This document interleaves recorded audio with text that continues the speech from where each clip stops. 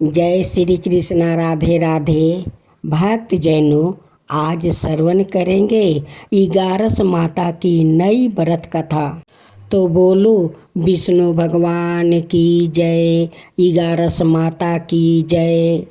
जो मनुष्य योगिनी एकादशी व्रत कर रहे हैं उन्हें योगिनी एकादशी व्रत और 11 माता का पूरा कथा सुनना चाहिए, तभी तो भगवान का कृपा प्राप्ति होता है। जय श्री कृष्ण। राधे राधे। मेरे भक्त जैनों, आज आप सभी ने श्रवण करेंगे आषाढ़ कृष्णा पक्ष की 11 माता की व्रत कथा। बहुत समय पहले की बात है। सतयुग के अंतिम चरणों में एक पवित्र और समृद्धि राज्य था। सोरगाडा इस राज्य के राजा थे। महाराज जयवर्धन एक धर्मनिष्ठा विद्वान थे और अत्यंत अन्याय प्रिय शासक थे। उनका राज्य फलों फूलों से लादा रहता था। नदियाँ निर्मल बहती थी, खेतों में सोना उगलता था और प्रजा राजा को भगवान मानता। परंतु राजा की एक ही पीड़ा था, संतान का अभाव। बरस तक उन्होंने जग पूजा व्रत और तप किया, किंतु कोई संतान नहीं हुआ। अंत उन्होंने कठोर एकादशी व्रत 11 माता का व्रत किया। 12 बरस तक उन्होंने हर एकादशी को उपवास रखा। 11 माता की विधि पूर्वक पूजा की और हृदय से प्रार्थना की, माता मुझे एक नहीं 2 कन्या दो, जो इस राज्य की शोभा हो और मेरा कुल दीपक बने। तब एक रात सपने में 11 माता प्रकट हुई और उन्होंने कहा, हे जयवर्धन, तुम्हारे व्रत तप और श्रद्धा से मैं प्रसन्न हूँ। मैं तुम्हें 2 कन्याओं दूंगी, परंतु स्मरण रहे वो साधारण नहीं होगी। उनके प्राण उनके शरीर में नहीं होगा, बल्कि एक पवित्र तोते में बंद होगा।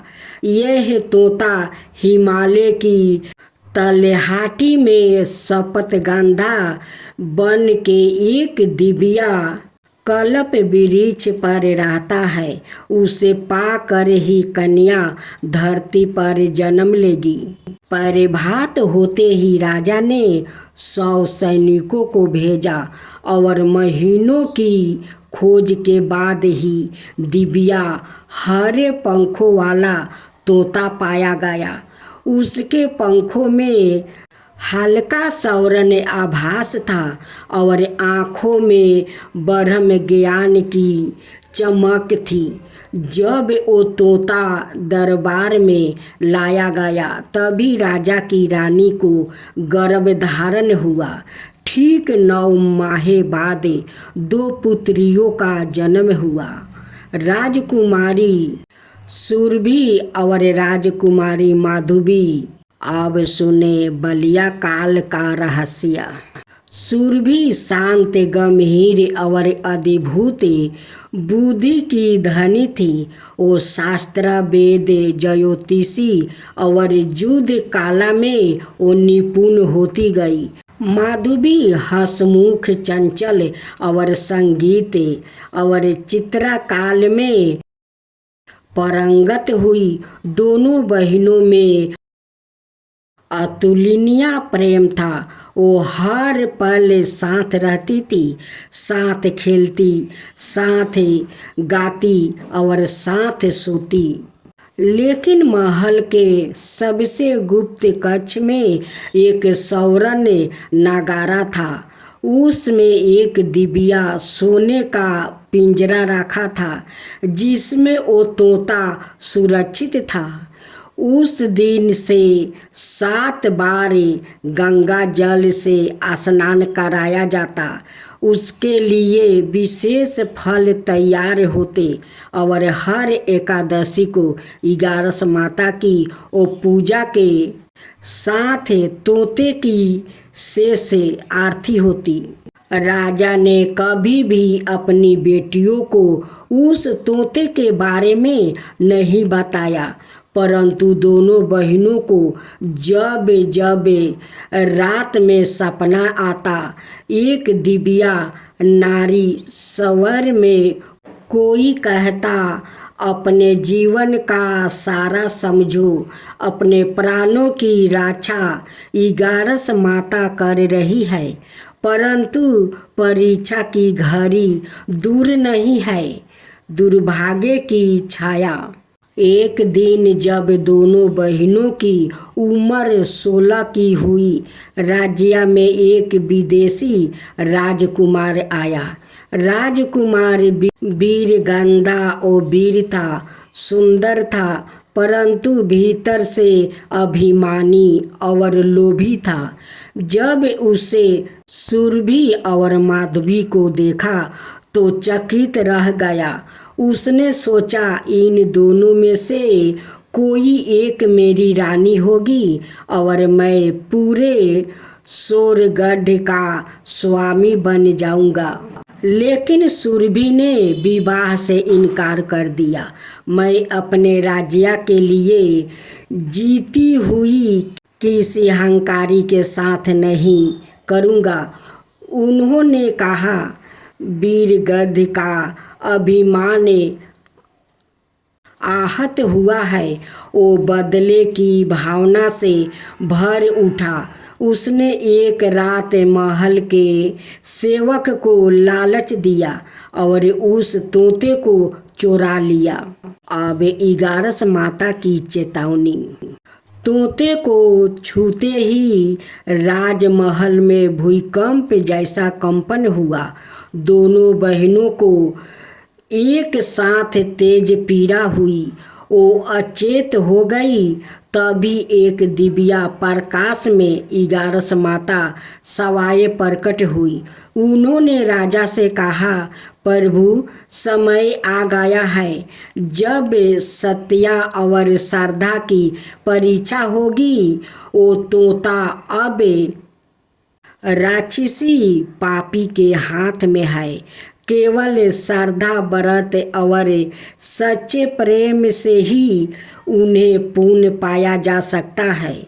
माधवी को सवाए उस मार्ग पर जाना होगा जहाँ वो अपने प्राणों के साथ बहन के भी प्राण की रक्षा करना होगा। माधवी की तप यात्रा। माधवी ने निश्चय किया, यह 11 माता का व्रत रखते हुए अकेली पर्वत की ओर निकल पड़ी। नंगे पैर, बिना भोजन किए, केवल जल पर उसने 11 माता की गाथा का जप किया। हर द्वादशी पर उपवास रखा और हिमालय की लटहाटी में तपगंधा वन तक पहुंच गई। वहां एक गुफा में उसने उस तोते को देखा, पिंजरे में कैद और चारों ओर अंधकार था। जब वो तोते की आवाज़ बढ़ी तो राक्षसी शक्ति प्रकट हुई। वीरगंधा सवाए एक मायावी शक्ति में बदल गया था। बुद्धि, क्षीर, भावनाओं का, धर्म का, श्रद्धा का। माधवी ने कहा, मैं अपने प्राण दे सकती हूँ, लेकिन अपनी बहन और राज्य की रक्षा के लिए रुक नहीं सकती। तभी 11 माता ने प्रकाश रूप में प्रकट होकर कहा, बेटी, तू परीक्षा में उत्तीर्ण हुई। तेरा प्रेम, त्याग और तप मेरी कृपा का पात्र है। उन्होंने उस तोते को आशीर्वाद देकर मुक्ति कर दिया और दोनों बहनों के प्राण उनके शरीर में वापस स्थित कर दिया। वीर गधा की मायावी शक्ति भस्म हो गई। माधवी को वरदान मिला, तेरा नाम युग युग तक याद किया जाएगा। 11 व्रत की रक्षा करने वाली कन्या के रूप में राजमहल में जब माधवी और तोता वापस आए, सुरभि की आंखों से आंसू बह निकले। उसने बहन को गले लगाकर कहा, तू सिर्फ मेरी बहन नहीं, मेरी जीवन दाता है। राजा ने 11 माता का वैभव मंदिर बनवाया, जहाँ आज भी हर एकादशी को स्त्रियाँ 11 माता का व्रत करती है, ताकि उनके परिवार पर कभी संकट ना आए। और आज भी कहते हैं, जब कोई सच्चे हृदय से 11 माता का व्रत करता है तो उसके प्राणों की रक्षा सवाई देवी करती है, चाहे वो किसी तोते में क्यों ना बंधे हो। 11 माता वहाँ पर पहुँच जाती है और उनकी प्राण को रक्षा करती है। तो बोलो 11 माता की जय, 11 माता की जय। श्री कृष्णा राधे राधे। भक्त जैनों, आप सभिन को योगिनी एकादशी व्रत की सभिन को शुभकामनाएं करती हूँ। भगवान आप सभिन को सुखे रखे, खुशी रखे। हे विष्णु भगवान, आपका कुटी कुटी करती हूँ प्रणाम में, आप सभिन पर कृपा करे। हे 11 माता, आपको कुटी कुटी करती हूँ प्रणाम, सब पर कृपा करना। जय श्री कृष्णा राधे राधे। भक्त जैनों, आज आप सभी श्रवण करेंगे आषाढ़ कृष्णा पक्ष की योगिनी एकादशी व्रत कथा। धर्मराज युधिष्ठिर कहने लगा कि महाराज, मैं जेठ शुक्ल पक्ष एकादशी के व्रत का महात्म्य सुना। अब कृपाए करके आषाढ़ कृष्णा एकादशी की गाथा वर्णन कीजिए। इस एकादशी का क्या नाम है और क्या महात्म्य है, सो सब कृपा करके वर्णन कीजिए। श्री कृष्णा कहने लगे, हे राजन, आषाढ़ कृष्णा एकादशी का नाम योगिनी है।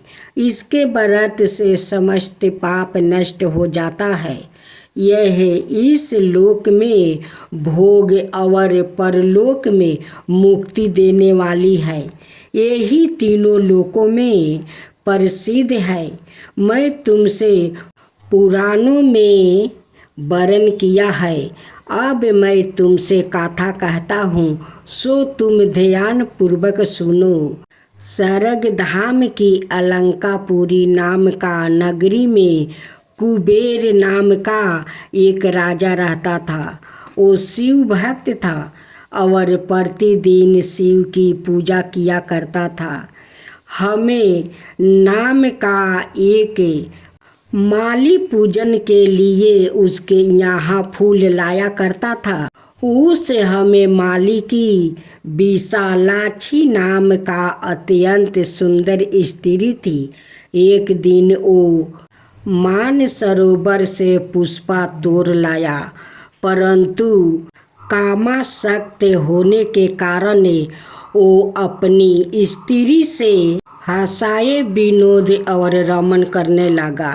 इधर माली दोपहर तक पुष्पा लेकर राजा के पास नहीं पहुंचा। उधर राजा उसकी राह देखता रहा।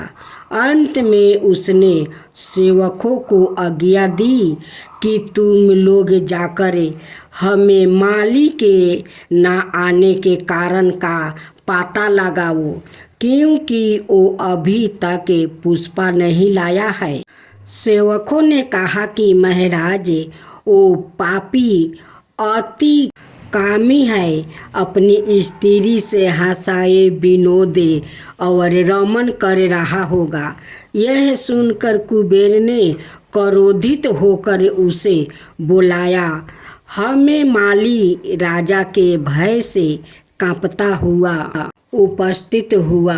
राजा कुबेर क्रोध के मारे जिसके ओठ कांप रहे थे कहने लगा, अरे पापी नीच कामी, तूने मेरे परम पूजनीय ईश्वरों को भी ईश्वर श्री शिव जी महाराज का अनादर किया है। इसलिए मैं तुझको श्राप देता हूँ कि तू स्त्री का वियोग सहेगा और मृत्यु लोक में जाकर कोढ़ी होगा। कुबेर के श्राप से हेममाली का स्वर्ग से पतन हो गया और वो इसी क्षण पृथ्वी पर गिर गया। भूतल पर आते ही उसके सफ़ेद कोढ़े निकल आया। उसकी स्त्री भी उसी समय अंतर्ध्यान हो गई। मृत्यु लोक में आकर उसने अनेक दुख भोगा। भयानक जंगल में जाकर बिना अन्न जल के वो भटकता रहा। रात्रि को निद्रा भी नहीं आती थी, परंतु शिव जी की पूजा के प्रभाव से उसको पिछले जन्म की स्मृति का ज्ञान अवश्य रहा। घूमते घूमते एक दिन वो मार्कंड ऋषि के आश्रम में पहुंच गया, जो ब्रह्मा से भी अधिक वृद्ध थे और जिनका आश्रम ब्रह्मा की सभा के समान लगता था। हेममाली वहां जाकर उनके पैरों में पड़ गया।